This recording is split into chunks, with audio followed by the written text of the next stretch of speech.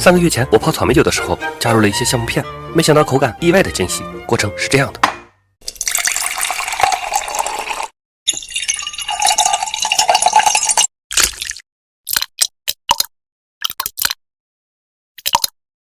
静等3个月后开封，一开盖，一种类似草莓巧克力的香气扑面而来。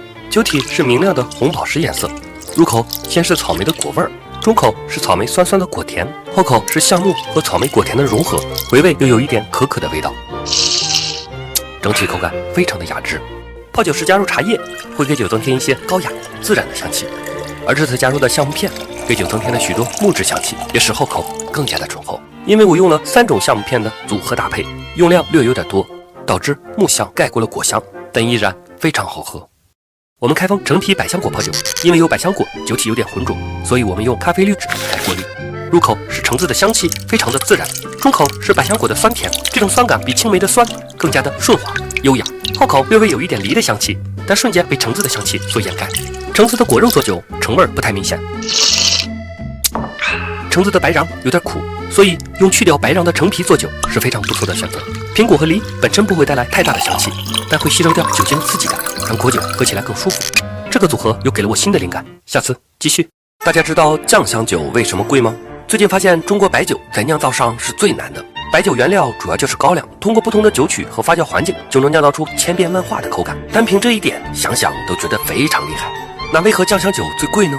一个最底层的原因是发酵时间长，清香酒一般1个月，浓香酒一般2个月，酱香酒则需要1年，也就是我们经常听到的12987工艺，1年制作2次投料，9次蒸煮，8次发酵，7次取酒。7次取的酒，每次的风格不同，就像人生的7个阶段，而最终汇聚到一起，也就造就了酱香口感的层次丰富，这自然为它可以卖得贵又增加了原因。前几天看到一款包装风格特殊的酒，像一本书，简洁规整的设计给我一种透露着文化自信的感觉。不自觉想起书一卷酒一壶的洒脱，颇有风雅高古之士的风范。颜色微黄透亮，品尝一下口感。入口是满满的经典酱香感，产自有美酒和美誉的赤水河上游，所以更加纯柔宜人。后口还有一丝对年轻人非常友好的清甜感，传说中空杯留香，也就是纯柔酱香的典型风格特征。这瓶摘要酒的设计是一大亮点，酒桌上绝对惊艳，价格也合理。想品尝典型酱酒风格的朋友，可以试试这款摘要酒。大家知道中国古代的酒在外国人眼里多牛吗？马可波罗横跨欧亚，历经20余年，自然也饮酒无数，唯独对我们当时用各种香料和药材配制的草本酒赞不绝口。还有一个法国传教士鲁布卢奇，也是直接用我们的酒跟法国最好的葡萄酒对等评测。而我们古代的酒很多都会融入草本植物，最出名的是华佗创制的屠苏酒，还成为了家家户户大年初1饮用的习俗，既有滋补，又有传说中辟邪的功效。草本入酒，在将草本自身味道融入到酒中的同时，还为酒赋予了养生的效果。在古代，除了屠苏酒这样的草本酒，还有很多种类的养生酒，一般为王公贵族饮用。而清朝烈酒逐渐流行以后，传统的养生酒就越来越少了。而到如今，依然有那么一款酒，在传承养生智慧的基础上，利用创新草本科技打造高品质的保健酒，就是我手上的这瓶劲酒。具体怎么养生，咱们喝完再说。酒体是澄澈的琥珀色，非常漂亮。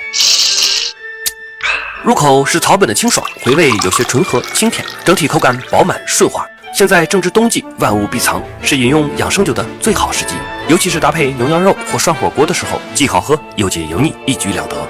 这瓶劲酒将多种草本精华融入到酒中，像枸杞、淮山药等，都是一些药食同源的优质草本。喝下去可以感受到草本精华让身体均匀的微微发热，特别舒服。平时适量饮用，可以在微醺中温和的养生。我想马可波罗和鲁布卢奇如果能穿越到现在，依然会赞不绝口。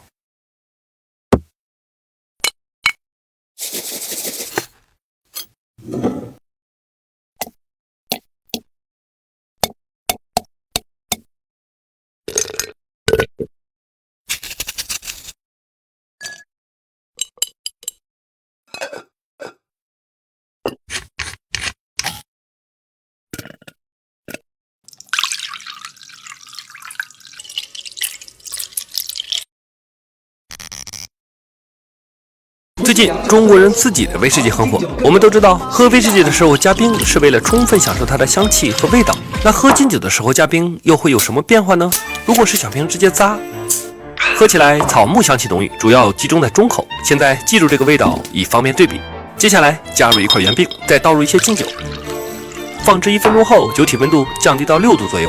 喝起来原料里的草木香气转移到了中口和回味上，口感更加清爽顺滑，酒的刺激感也没有了，综合感觉的确好入口了。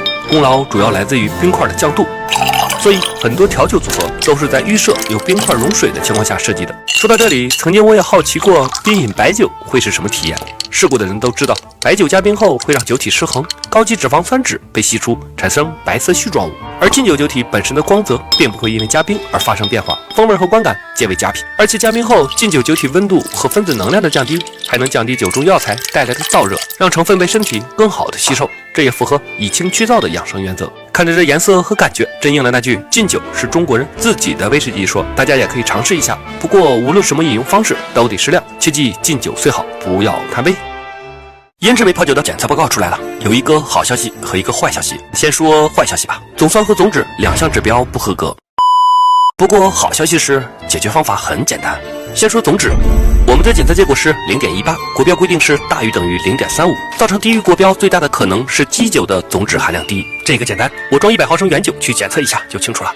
那有什么办法呢？有，兑水。因为稀释之后酒精度就会降低，露酒里的总脂限于以蒸馏酒为基酒，且酒精度大于25度时才需要检测。这次的酒精度是 25.2， 降度之后就避开了这个问题，而且总脂对口感的影响不大。再说第二个问题，总酸。我们的检测结果是 18.1， 国标规定是小于等于6。我们都知道梅子是特别酸的，如果梅子的总酸过高，那有可能就是导致总酸超标的原因了。这个也简单，检测梅子的总酸即可。我找到之前冷冻柳样的梅子，打包100克一起送去检测。那怎么弥补呢？还是兑水，用1分的酒加2分的水，理论上总酸会从18降低到6左右。先品尝一下，梅子的酸爽感降低了很多。个人认为梅子酒最有意思的那股酸爽的穿透力没有了，喝起来变得很平庸。再对比一下，感觉稀释后的梅子酒像丢掉灵魂一样，这个对口感的影响就非常大了。我经常会买各种酒来借鉴学习，于是选一瓶口感酸度最大的梅子酒，也检测一下它的总酸含量，以作参考。好了，一共4份需要检测的产品，结果出来后我们再做分析。检测需要大概10来天，所以先跟大家汇报一下，也想听一下大家的意见。想品尝稀释过的梅子酒呢，还是原来酸度较高的梅子酒呢？红茶梨汁酒的检测合格，我装了100瓶，马上要送人了，所以我想摆个好看的全家福留念。没想到剩99瓶了，大家想知道这99瓶都送给谁了吗？第一部分是最早搜集的表格里填写仔细认真，平时又爱喝果酒的朋友。第二部分是评论区的高人们，如此才华横溢，怎能不奉上美酒一杯？第三部分是评论和私信对我有很大帮助的朋友们。第四部分是对酒有一定研究的朋友，同行之间的相互切磋，共同进步。接下来是我的包装过程，各位看下有什么值得改进的地方，欢迎指出。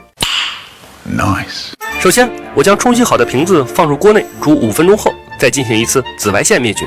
拿出来后，又倒入了一些酒，盖上盖子涮一下，最后控干水分。装瓶目前我没有分装设备，每瓶都装到目测大概瓶颈的位置，然后盖盖即可。为了防止盖子在运输中掉落，我会加一个塑封帽。由于体定量不够，无法专门定制，所以我买了红酒用的，剪掉一半，剩下的刚好合适，然后塑封即可。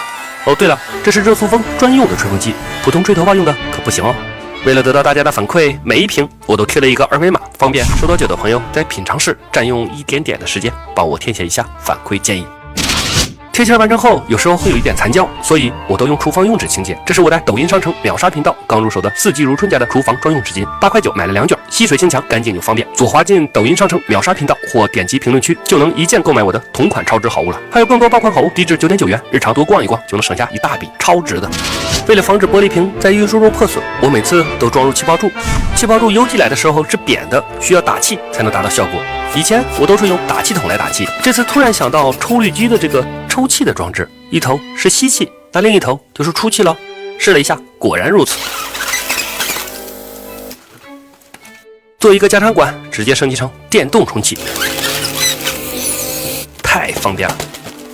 以前打完所有的气泡柱要踩1天的打气筒，现在1小时搞定。最后气泡柱装箱，两边封口，大功告成。99位朋友们，等着接酒吧。最近看了很多酒的书籍，我是越看越馋。但凡看到不同风格和工艺的酒品，我心里就痒痒。像书中记载的金盘露、白欧波、青乌底、秋露白等等等等，光听名字都直流口水。遗憾的是，这些酒基本现在都没有了。中国自古就有用草本植物结合作曲的传统，可以让酒体口感更加丰富。我之前尝试过用灵芝、人参、枸杞等做露酒，口感的确增味不少。现在依然有些酒企在用更科学的方式传承和创新草本酒，就像这款毛铺紫桥酒，就是融入了苦荞麦、葛根、枸杞等5种草本精华的活性成分。活性成分和酒体融合，让这款酒在保持传统白酒口感的同时，在人体中的代谢也能更快，以此达到减少人体负担的目的。这款酒融合四川宜宾的浓香、贵州茅台镇的酱香和湖北黄石的清香3种地标原酒，三香以黄金比例融合，喝起来口感层次很丰富，入口顺滑，而且酒体细腻，前中后口的滋味都非常雅致。过年时候亲朋相聚，喝它就非常合适。这几年泡酒的水果基本都试过了，好喝的也分享给大家了。今年下半年再尝试一些水果发酵酒，明年计划再复刻一些古代有意思的酒。有什么想让我复刻的，欢迎评论区告诉我。最近看了很多酒的书籍，我是越看越馋。但凡看到不同风格和工艺的酒品，我心里就痒痒。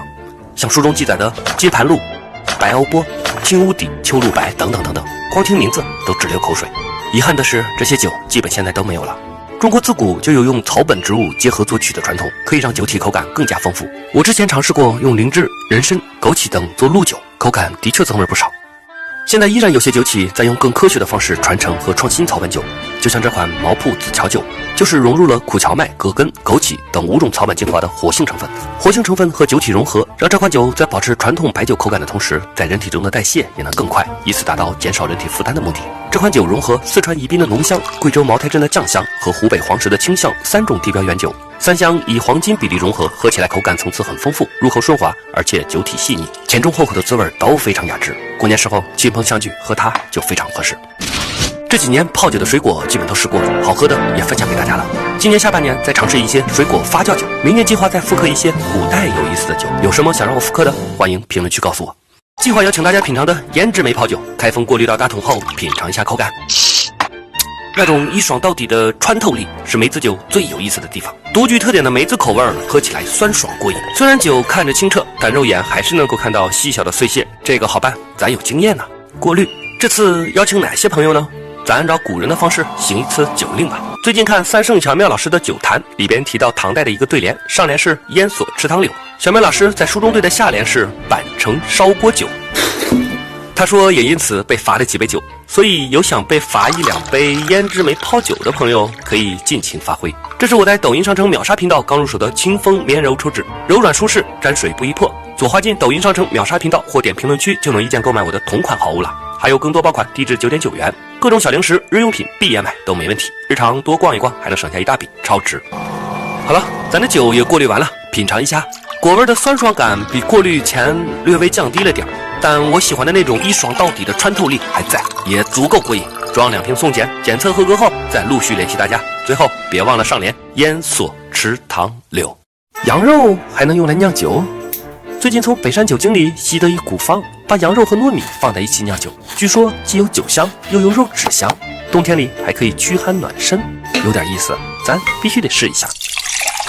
先来一杯白兰地，把羊肉浸泡一下，炖的时候只放入生姜和大葱，熬煮1小时之后取出2块晾凉，剩下的再放入盐和枸杞，炖煮10分钟后准备开吃。还得先干正事儿，把晾凉的羊排肉用手撕碎，纯肉51克，放入浸泡了1天的糯米中搅拌均匀，入屉蒸40分钟，蒸好后摊开晾凉。这时加入125克凉白开，0.5克甜酒曲，搅拌均匀后放入发酵罐，掏个小酒窝，盖上保鲜膜，有氧发酵48小时。活儿干完了，再来吃羊肉，心情那叫一个舒畅。羊肉肥瘦均匀，入口即化，羊肉的脂香在后口饱满丝滑，丝毫没有羊膻味，甚至连羊汤都是极品美味。我瞬间对羊羔酒的期待更加猛烈，那将会是多么美妙的口感呢？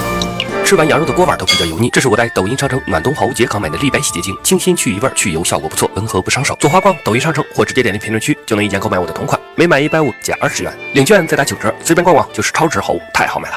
2天后发酵的羊羔酒中再加入250克凉白开进行2次发酵，又1天后终于可以出酒了。只是酒液里有少许油的感觉，我心里隐约有点不安。不过闻起来酒香依然浓郁，没有羊膻味。接下来压榨酒汁，我买了一台压榨机来最大化的榨取酒汁。酒中得酒520毫升，效果非常满意。品尝一下，入口还是米香和甘甜，酒香呈现在中后口，没有羊肉的膻味和腥味。能把肉质香和酒香同时呈现在一款酒里，不禁感叹古人的酿酒智慧简直出神入化。只是多饮几杯之后，羊肉的油腻感逐渐增加，又不同于喝羊汤的感觉，可能羊肉的滋味和酒的醇厚融合度不够的缘故吧。传说这款酒是杨贵妃20岁生日时，唐玄宗在御酒中特意为她选中的。个人分析，那时候调味的香料比较少，所以羊羔入酒算是增加滋味的一种方式。如果上天再给我一块羊排，我一定选择清炖羊排单酿美酒，然后大块吃羊肉，大碗喝米酒，那应该是羊肉和酒最好的打开方式吧。啊，真香！